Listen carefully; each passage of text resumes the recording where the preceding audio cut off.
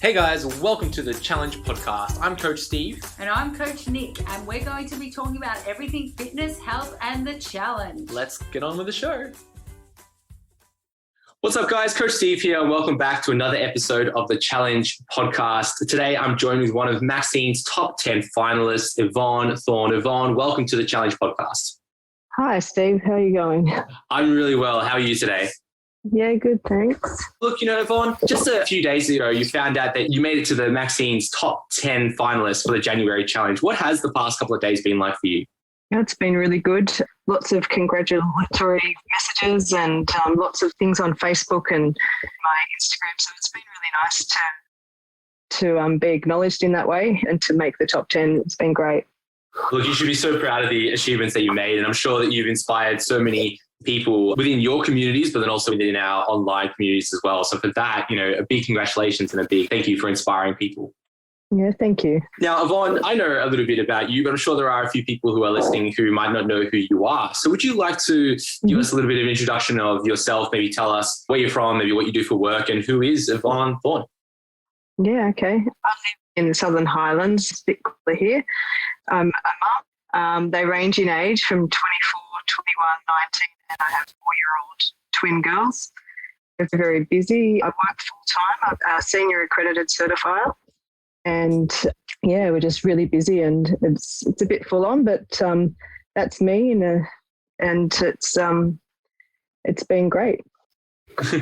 So it sounds like you've got it's hard to say. I'm very busy, yeah.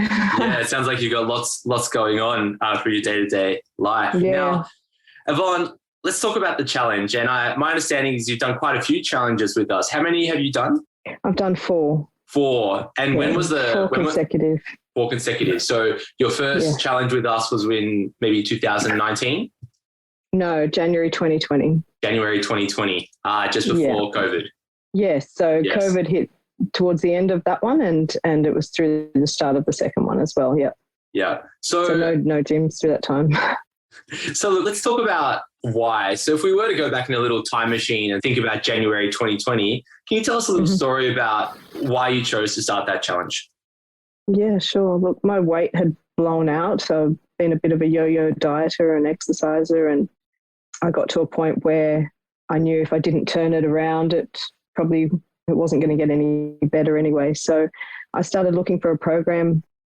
I also have, my why is I've got very young children and I want to be able to keep up with them for a few more years. So I started looking for a program that I knew would be sustainable, that the nutrition was okay. I didn't want something where I had to cut foods out or do shakes or any of that sort of stuff.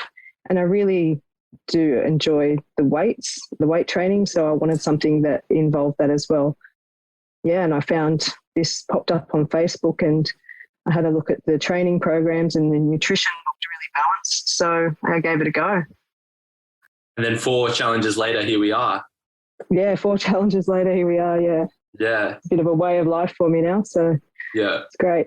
Yeah. So, Evonne, let's talk about we're going to call it the challenge career, right? You've done 4 back-to-back challenges. Can you maybe give us a little bit of a story about how maybe each challenge was a little bit different? So, for example, that first challenge, maybe you're getting your feet in the water. Then this last challenge, you did such a great job, you made it in the top 10. Like, how has your approach to each challenge differed over the 4 challenges?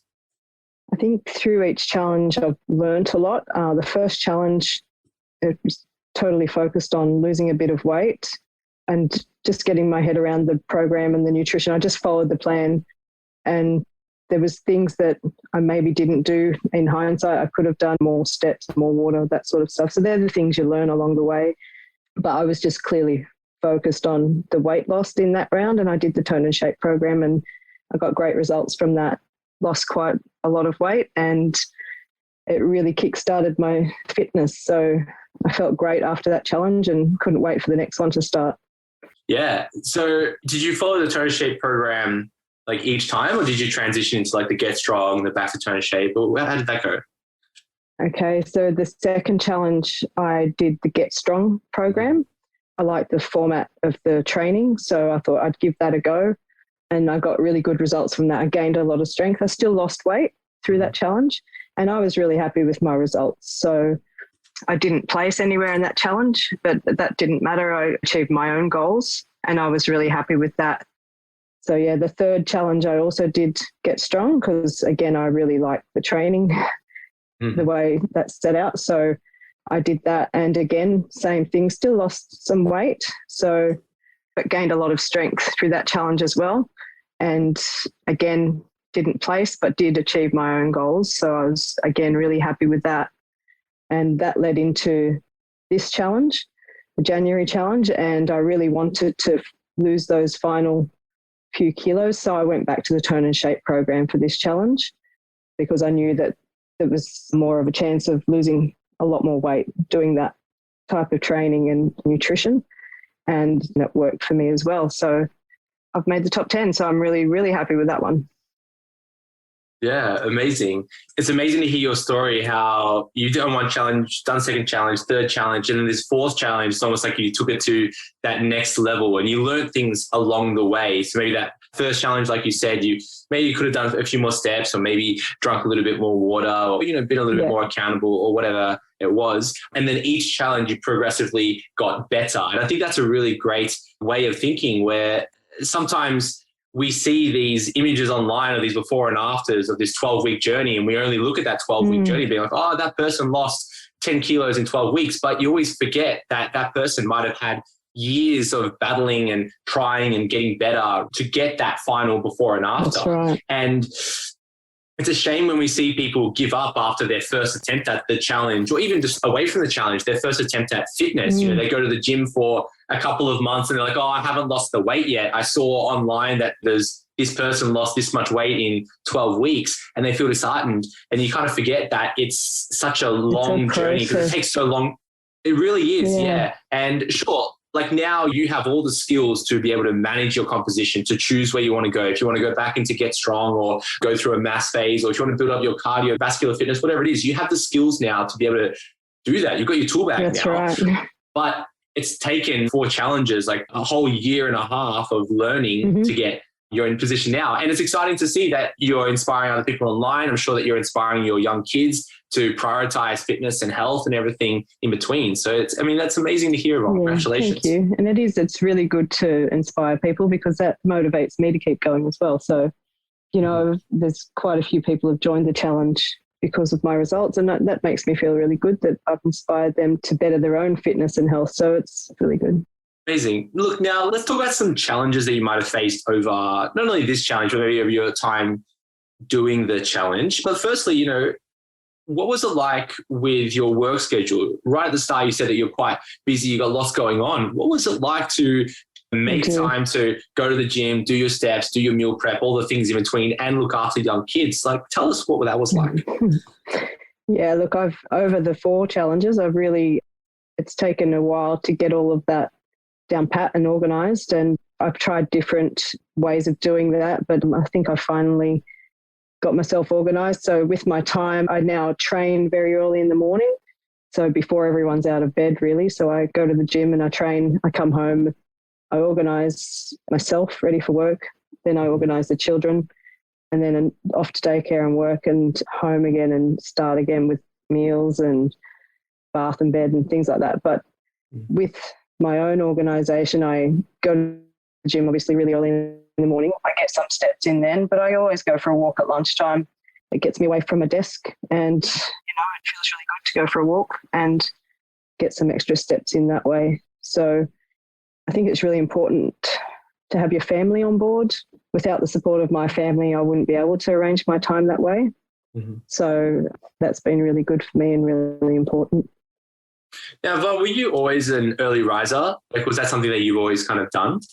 No. Yeah, okay. No, not at all, because I've actually always been a bit of a night owl because as most mums and with young children, you get your kids off to bed and then it's your time. You want to sit down and relax for a little while and have some me time. So I've kind of sacrificed that me time now so that I can go and get some sleep and get up nice and early and do. So it's about priorities, I guess. It's the same 24 hours. You just got to get your priorities right and get them in order, work it out so that you can fit everything in. Yeah. I think a common challenge that almost all challenges face is finding time. And you're right, we all have the same 24 hours in the day, and some of us live very full lifestyles where we're squeezing out every minute of every day, and some of us are a little bit more free with our time to do these things. Tell us, what was it like, using the example of waking up early in the morning, what was it like when you started to make those decisions and transition into maybe a different sleeping schedule? And what was that effect like on your family? You said that you had to get your family on board. Like, did you have to speak with your partner or your kids, or have to organize things so that you can change your lifestyle from a night owl to like an early morning riser? Like, what was that process like? It was. So I just have to make sure there's someone here so I can leave the house to go to the gym of a morning. So my partner's still here, or my husband's still here until, say, 6 a.m. So my older children are here. So it's them knowing that in that time period, the children might come and see them for assistance with something if they wake up. So it's just them all being on board with that, and everyone was happy with that. So I'm quite lucky in that regard that I do have that help in the mornings, because that would make it really hard if I didn't have someone here. So, and over night time, it's actually made it a lot better because I'm meal prepping and things like that. Things flow a bit better of an afternoon, and I'm not trying to cook, trying to do everything and cramming it all in until midnight, which is how it used to go. So I'm just a bit more organised. So, and just having them all to help. Chip in. So talk to me a little bit about getting everyone on board, because there's so many anxieties that come out of that, especially as being like a mother, and you feel like you need to make sure everybody else and put everybody else first. What was it like when you transitioned to say, I want to do this for me? Like, did you feel that you were doing something selfish? Was there any like anxieties around that? And like, was it a difficult process, or was everyone really quite on board with you making these changes? I was lucky enough, everyone was on board with it and supported me and encouraged me, really. So I'm fortunate in that regard that my children and my husband have all been really, really supportive. I imagine if they weren't, that it would make things very difficult to not have that support. But I've been really fortunate that they've all chipped in and helped where required.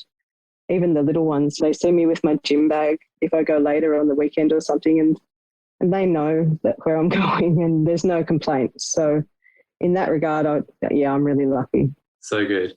Because I guess as a coach, I see it quite often where there are those fears and anxieties, and especially women quite feel selfish that I want to go to the gym, it's me time, I'm going to go and do my meal prep or something similar. But once you challenge those anxieties, you find that your family are quite supportive, right? And you find that everyone around you is quite accepting of you and doing these things. But it's just taking that step, being like, no, I'm not being selfish. I'm doing this for everybody because I'm looking after me so that I can, like you said right at the start, be there for the young ones when so you can keep up with them, right?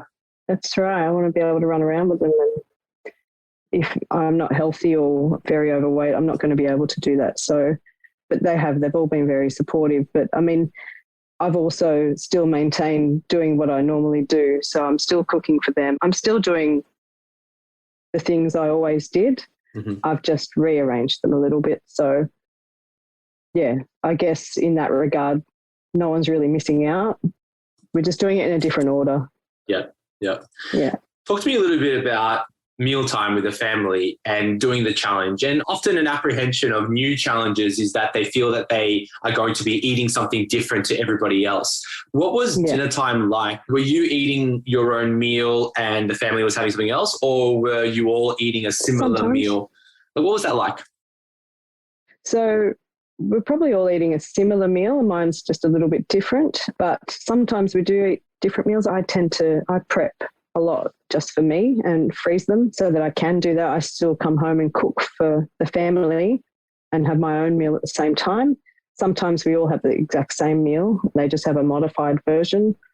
So when we have, for instance, we have the healthy burgers with the sandwich thins, and I'll have zucchini wedges and they'll have chips, So if I do a stir fry, I do mine in a separate pan without oil and other things, but we're still having a similar meal. So I think you can fit it in. I think you can manage it with the normal family meals. You just need to modify it a little bit for yourself, really. Yeah, yeah.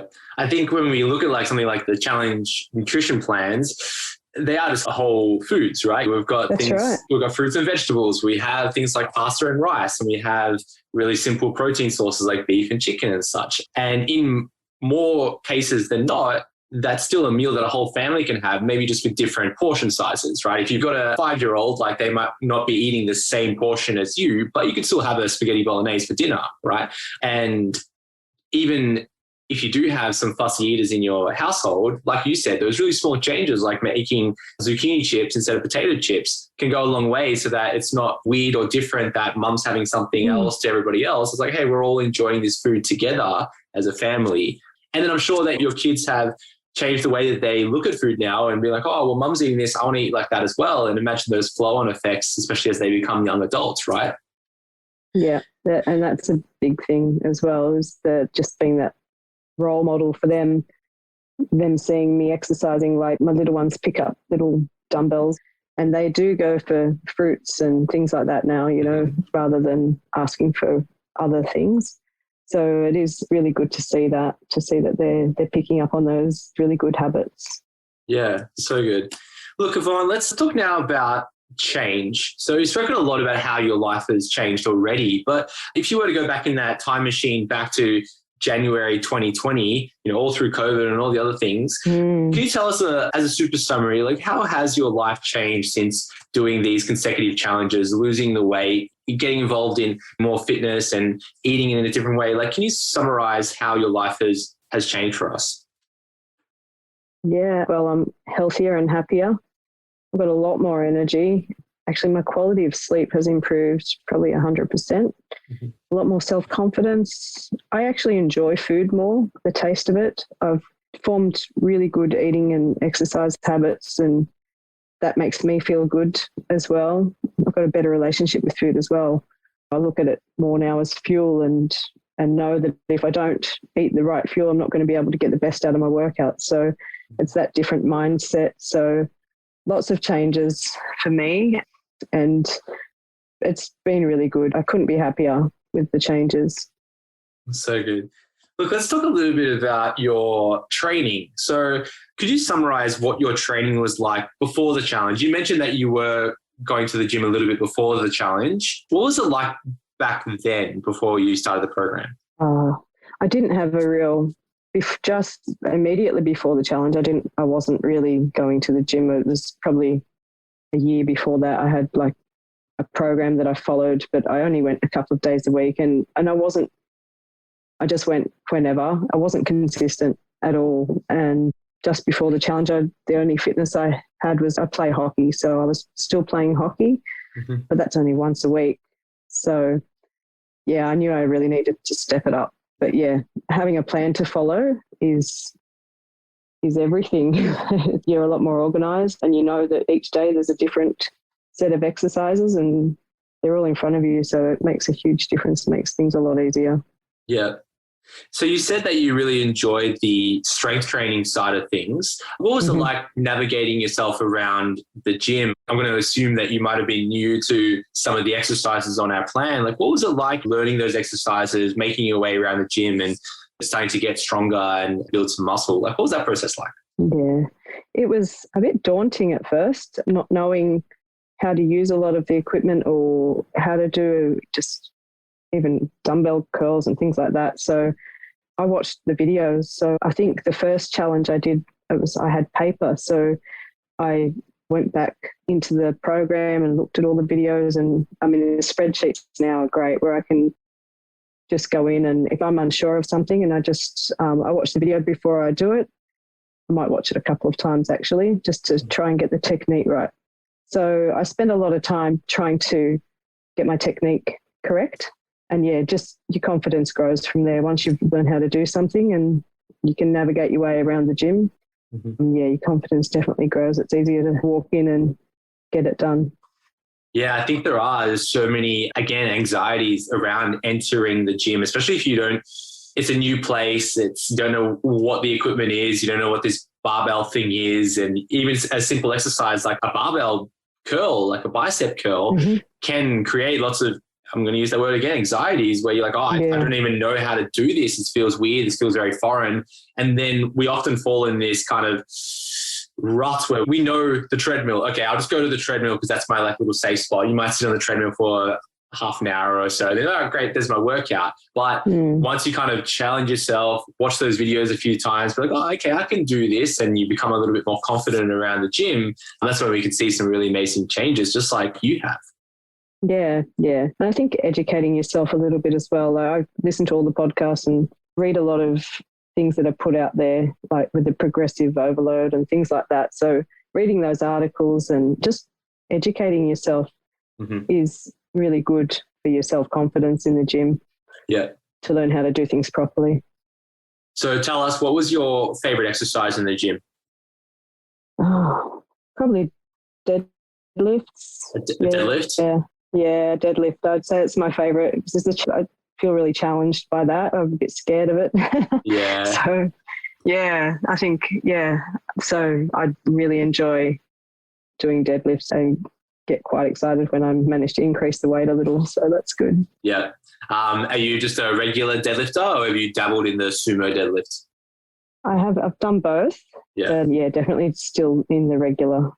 In the regular. Yeah.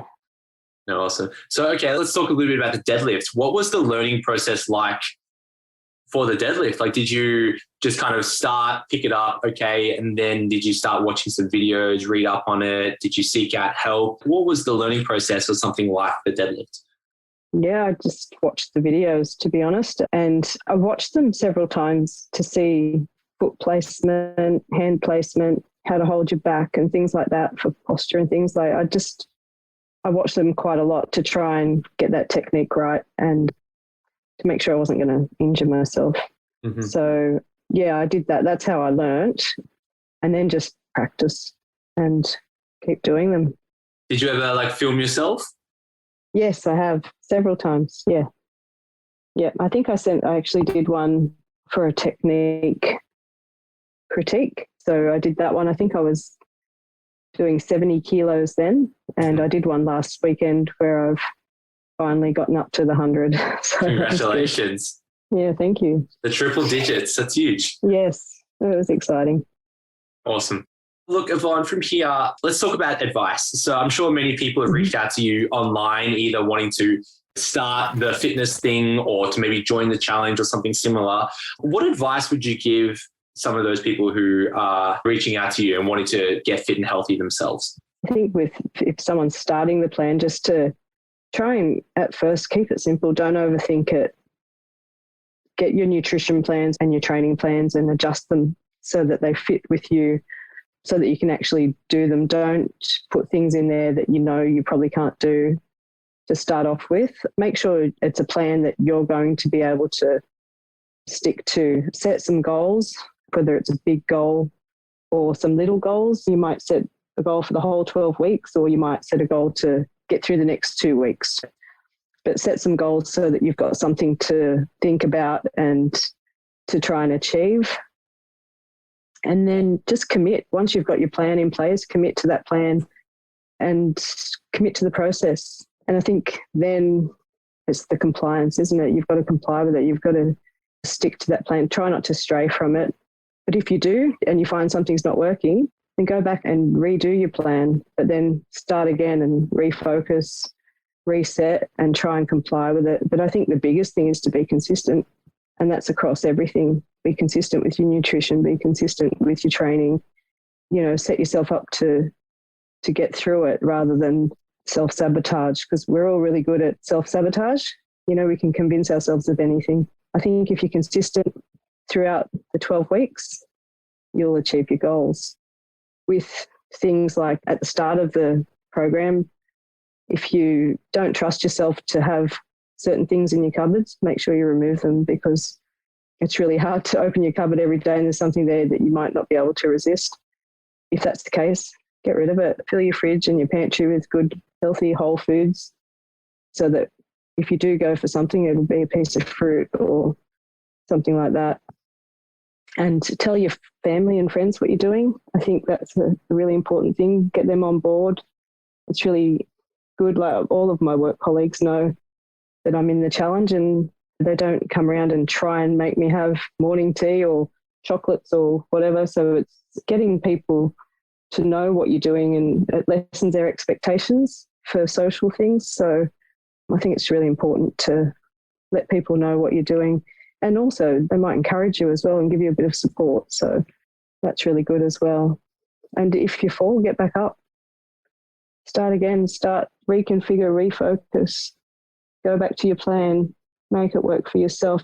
At the end of the day, you're doing it for you, not for anyone else. You've got your own goals, and yeah, do it for you. That would be my advice. I love it. That's some quality advice there, Evonne. For committing to the process, setting goals, and simply being consistent, right? And yeah, I think when and if we do fail, like it is definitely a learning experience, right? Either we fail because we've gone too hard too quickly, or we failed because of our environment isn't suitable for what we are expecting of ourselves. And it's a great time to reflect, all right, why did I not achieve what I wanted to achieve? And then how can I make it better the next time? And it might mean that you take a slight step back, or instead of aiming for 10,000 steps, you aim for 5,000 steps, or instead of trying to drink 3 liters of water, you aim to drink just 1 liter of water. But if you scale your goal so that it's achievable, then you could build up on that. But, consistency is the science. The consistency is where it's at. That's and you could have the best program in the world, but if you don't follow it, well, it's just a piece of paper, right? That's right. Yep. Yeah, I truly believe that consistency is definitely the most important thing. I love it. Look, Evonne, let's wrap it up there. I want to thank you so much for donating some of your time to be part of the Challenge podcast. And, like I said at the start, you should be so proud of what you've achieved throughout your Challenge career and your fitness career. And, you've inspired so many people, I'm sure, within your own circles, but then online with us as well. And for that, I truly thank you. So congratulations on a big result.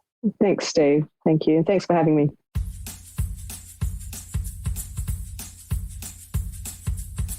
Thanks for listening, guys. If you like the show, share it with a friend or leave us a review on iTunes to help us spread the good word. See you next time.